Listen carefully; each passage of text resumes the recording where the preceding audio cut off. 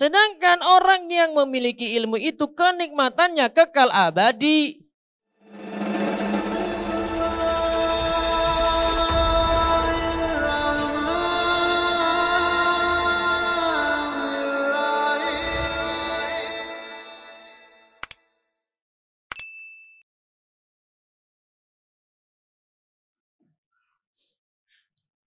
Maka kaitannya dengan orang gunakan harta juga kayak gitu. Tadi kok disebut dengan ladzah bahimiyah?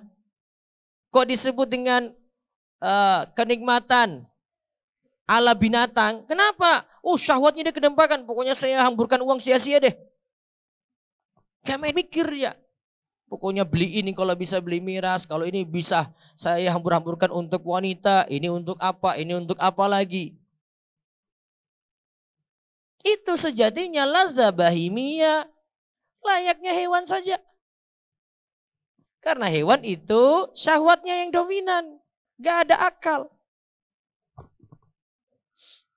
Sedangkan manusia tadi, dia punya akal dan syahwat. Tinggal mana yang didominankan di sini. Adapun tadi kaitannya dengan ilmu. Ilmu itu kenikmatan apa? Akal. Dan apa? Rohani. Maka dia bisa kendalikan syahwatnya tadi. Akalnya di depan. Banyak mikir. Oh, melakukan ini nanti akibatnya apa ya? Oh, saya berbuat ini nanti akibatnya apa ya? Gitu. Terus 21. Ini 21 kaitannya dengan nomor 22 lagi. Ini masih semangat nih, masih lanjut nih? Bisa lanjut? Lanjut. Semangat. Oke. Nomor 21.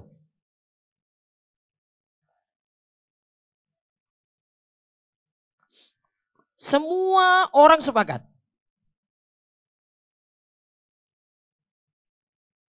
Sikap tamak dalam menumpukan harta itu dibenci, dicela. Rata-rata kita itu nggak suka lihat orang itu kumpulkan harta, kumpulkan harta, kumpulkan harta, terus nggak mau bagi-bagi itu. Sebaliknya, semua orang sepakat. Orang yang tamak mengumpulkan ilmu itu pasti diagungkan, dicintai. Itu pasti diagungkan, dicintai.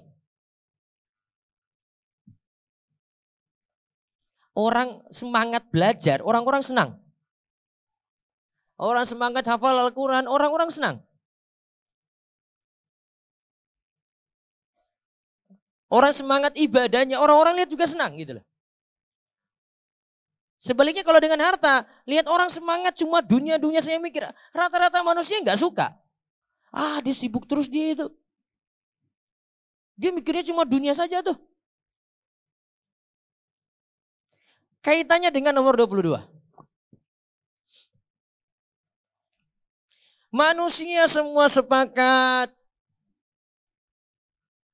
Orang yang zuhud pada harta itu diagungkan.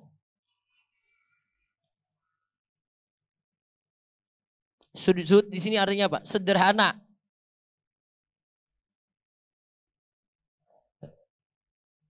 Karena dia takut hartanya ini tidak bermanfaat baginya di akhirat. Sedangkan orang yang zuhud itu artinya meninggalkan ya. Zuhud itu meninggalkan asalnya. Atau tadi bersederhana. Minimalis deh. Sedangkan orang yang zuhud pada ilmu, berarti apa? Ah, sudah deh, ilmu saya sedikit aja. Atau dia tidak belajar sama sekali. Dicintai atau tidak? Diagungkan atau tidak? Tidak. Maka orang yang zuhud pada ilmu tidak diagungkan, tidak dicintai.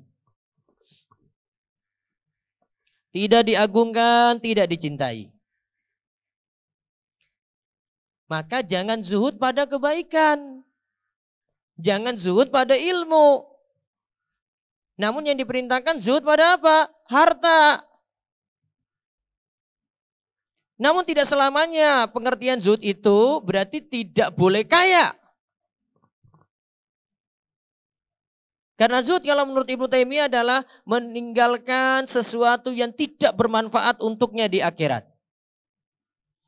Zuhud itu adalah meninggalkan sesuatu yang tidak bermanfaat di akhirat. Untuknya di akhirat. Berarti dia tinggalkan hal yang tidak manfaat, dia tinggalkan haram, dia tinggalkan makruh. Ini lebih daripada wara'.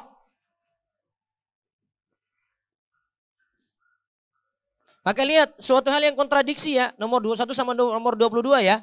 21 itu orang yang ngerakus kan. Tamak ya kan.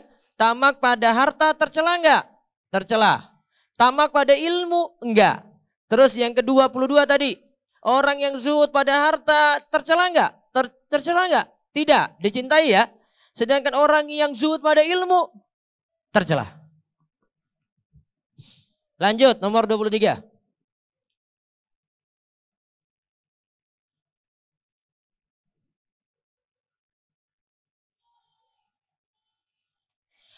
Orang yang kaya harta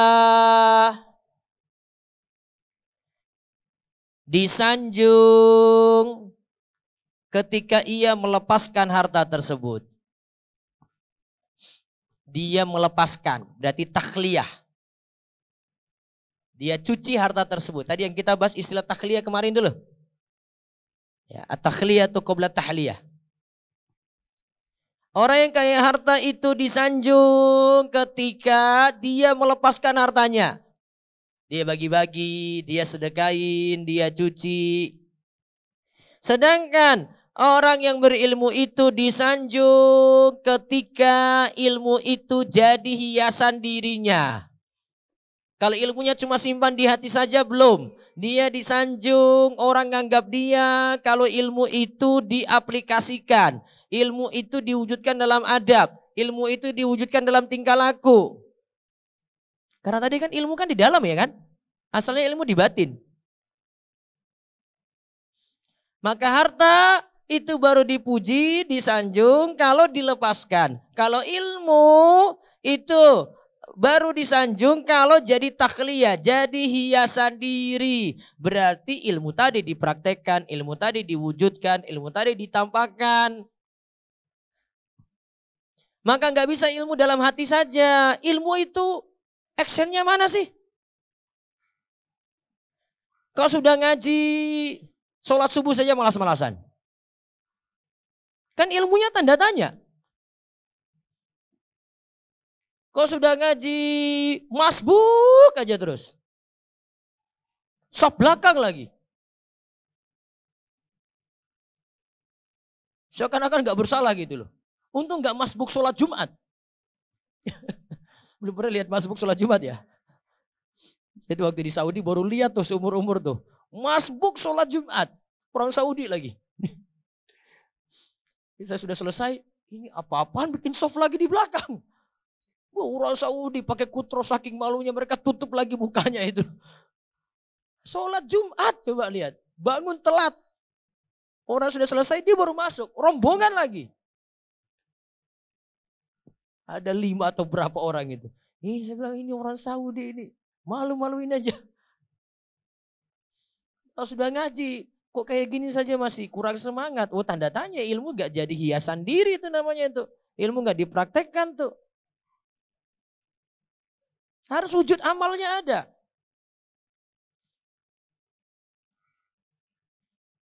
Kalau gak ada wujud, ya orang saksikan juga. Ini ngaji apa kayak gini?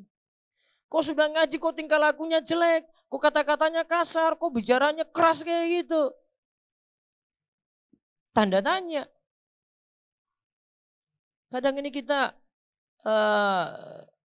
sudah ngaji juga kadang tidak mau menghargai yang lain gitu loh.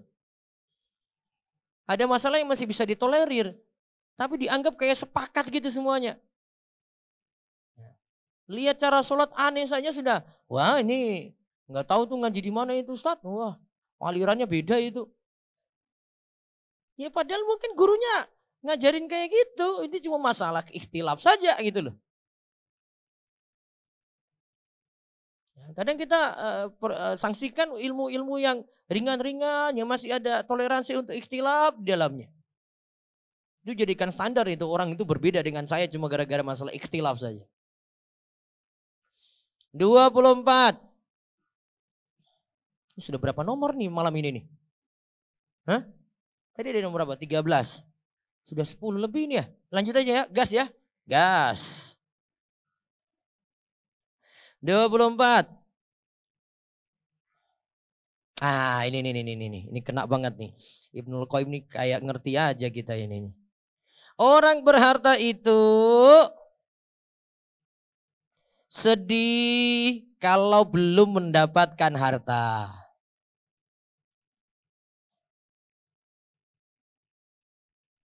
Lalu takut ketika sudah mendapatkan harta. Betul nggak? Hah, bapak-bapak, betul nggak? Gaji nggak turun-turun, wah sedihnya bukan main. Kalau sudah dapat, wah khawatir lagi ini. Ini mudah-mudahan gak hilang nih, mudah-mudahan gak hilang nih, mudah-mudahan gak hilang nih. Dan makin banyak hartanya, rasa takutnya makin besar. Sultan itu rasa takutnya lebih besar daripada orang kaya biasa itu loh. Maka bodyguardnya lebih banyak. Iya kan? Jadi kalau orang-orang biasa aja gitu dan nggak tampak dia itu kaya, santai aja bro. Tapi kalau sudah jadi sultan, bodyguardnya luar biasa itu untuk jaga dia aja itu. Makin banyak harta, penjagaan makin luar biasa, rasa takutnya makin besar. Sekarang lihat ilmu. Ilmu bagaimana?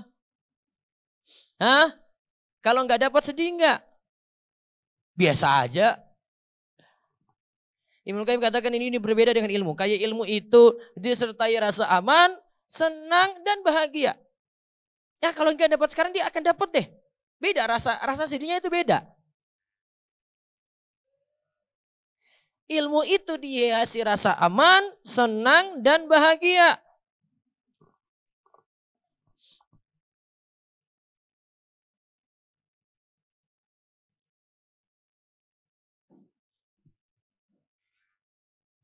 Sudah? Satu lagi 25. Ayo 25. Sampai 27 aja ya. 27 ya. Biarkan nanti masih ada satu pertemuan besok ya. Hah? Sampai 30. Oh, ini minta lagi ini sampai 30 nih. Nomor berapa sekarang? 25 ya. Nah, ini nih. Orang yang memiliki harta, kenikmatannya itu semu dan pasti berakhir. Artinya ada ujungnya.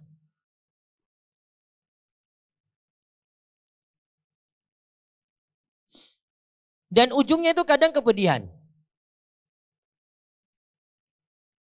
Sakit, rasa sakit gitu. Misalnya harta itu hilang. Intinya dia kenikmatan semu bisa hilang.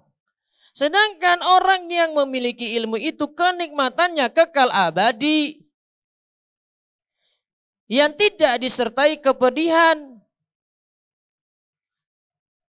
Karena orang berilmu itu dia sudah menempuh jalan untuk menuju surga. Man salaka tariqan yaltamisu fi ilman sahalallahu bi tariqan ilal jannah. Siapa yang menempuh jalan pada ilmu, Allah akan mudahkan baginya jalan menuju surga.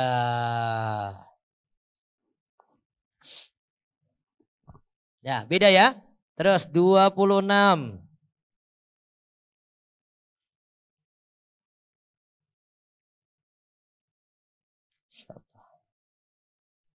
Harta itu pinjaman yang mesti dikembalikan kepada pemiliknya. Berarti harta itu pinjaman. Pinjaman itu ada masa berlakunya, iya enggak? Harus balik atau tidak? Balik. Beda kalau kita pinjamkan uang pada orang, enggak balik-balik. Dan gak sadar-sadar. Malah blokir kita gitu. Padahal satu pengajian gitu loh. Ih, cuekin banget dia itu. Kadang mau tegur dia cuekin juga gitu loh. Wih, dia pergi tinggalkan saya Ustadz. Ya memang wataknya orang berutang itu kayak gitu. Ulang, tadi harta itu pinjaman yang harus dikembalikan kepada pemiliknya. Sekarang ilmu. Ilmu itu bukan pinjaman. Keindahannya permanen.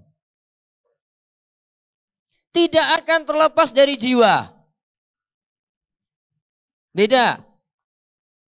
Jauh beda kan? Berarti harta itu siap-siap ditarik oleh pemiliknya. Kalau ilmu netap terus di hati itu. Pakai terus ilmu tadi. Justru nanti temani kita yang seperti kita tadi disebut tadi. Sampai ke kubur pun itu ilmu ngikut terus. Amal ngikut terus itu. Maka ilmu itu bukan pinjaman. Dapat sudah milik kita. Pakai terus permanen tuh. Terus nomor 27. Ibnu Qayyim katakan. Kaya harta itu inti kemiskinan jiwa.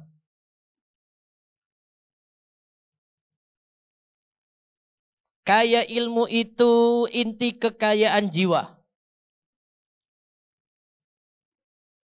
Kaya harta itu inti kemiskinan jiwa. Kaya ilmu itu inti kekayaan jiwa. Jadi kekayaan yang hakiki, yang sejati itu ilmu. Nah, kembali ke pembahasan tadi. Harta itu bisa ludes, bisa habis, bisa hilang, ada ujungnya, kepedihan. Kayak ilmu itu kekayaan kita sejatinya itu. Terus 28.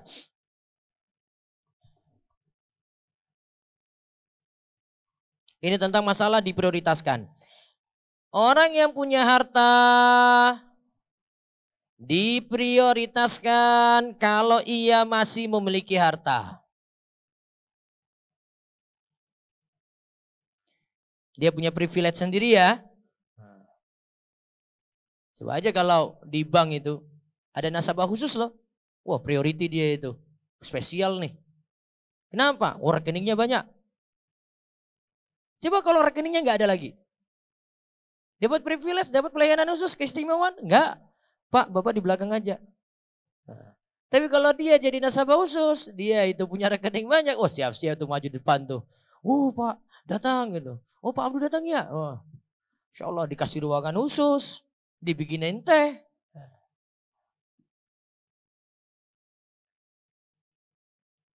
Sedangkan untuk ilmu itu tidak ada istilah.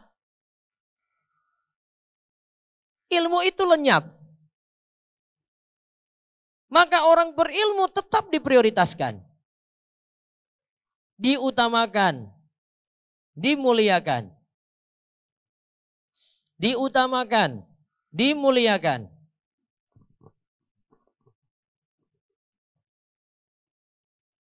Nah, dari sini ini ada isyarat ini Bapak Ibu sekalian. Ini isyarat tentang masalah adab. Kalau adab dengan orang berilmu itu lebih dimuliakan.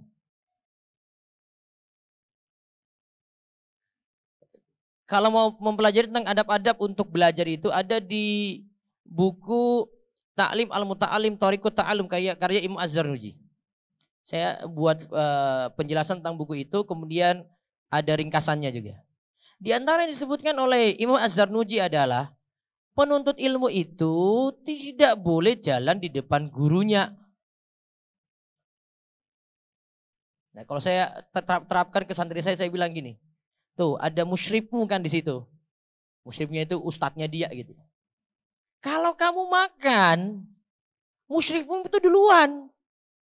Bukan kamu duluan. Kalau kamu duluan, musyrifmu nggak dapat makan. Itu masuk isyarat dari Imam Az-Zarnuji. Maka adab-adab kayak gini nih biasanya di pondok tradisional itu. Bisa kualat nanti kalau nggak dahulukan itu. Ya, dia dulu, oh monggo, Pak Ustadz silakan saja gitu loh. Kalau kita mau terapkan kayak gini, wah kalau bisa Pak Ustadz gak dapat juga gak apa-apa gitu ya. Itu penerapan adab sebenarnya. Ini maksud isyarat dari Imam Ibnul Qayyim di sini nih. Diutamakan, diprioritaskan, diutamakan, dimuliakan gitu.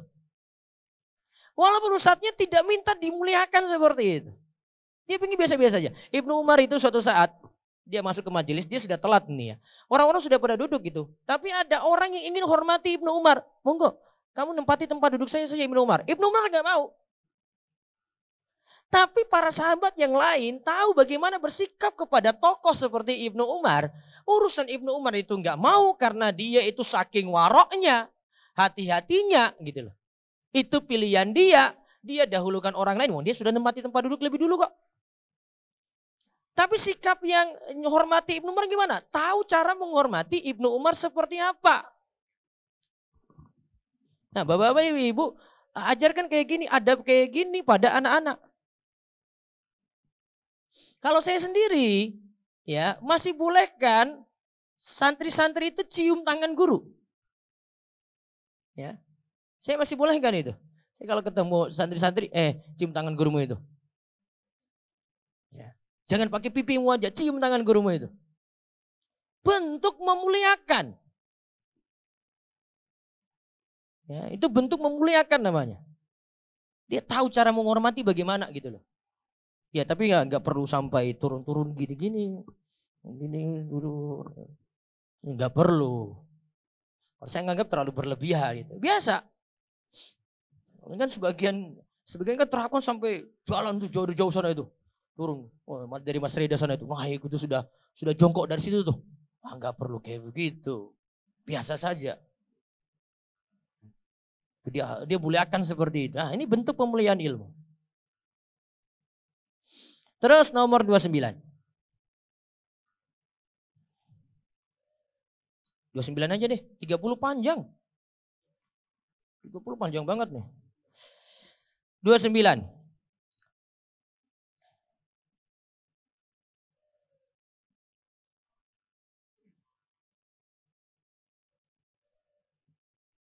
Ini masih lanjutan dari nomor 28, masih terkait ya. Orang yang memiliki harta itu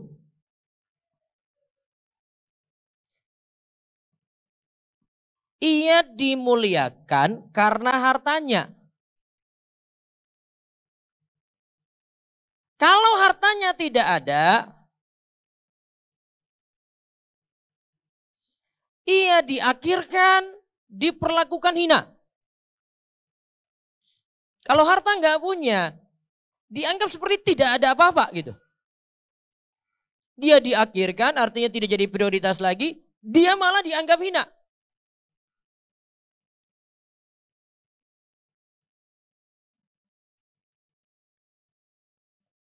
Sedangkan orang yang punya ilmu, dia diprioritaskan karena sifat pribadinya. Bukan karena faktor luar, yaitu faktor harta. Bukan karena faktor luar, faktor harta. Namun pribadinya ini, dia dimuliakan. Berarti ini isyarat juga tadi ya. Ilmu itu mesti tampak dalam tingkah laku, dalam karakter, dalam adab gitu ya. Orang itu harus tunjukkan perubahan diri. Saya biasa-biasa aja deh. Saya nakal-nakal gini gak apa-apa deh. Yang penting saya itu imannya bagus. Oh enggak, tunjukkan.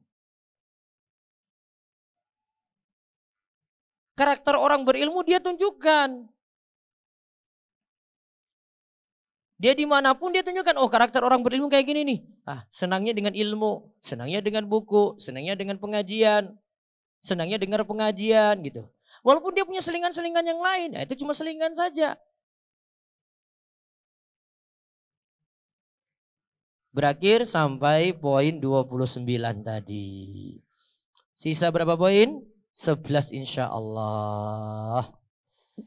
Alhamdulillah. Gimana tambahan ini? Ya, pada kena atau tidak ini? Masya Allah Ibnul Qayyim ya. Dokter hati luar biasa beliau ini ya. Mudah-mudahan jadi ilmu manfaat dan selalu mengingatkan kita.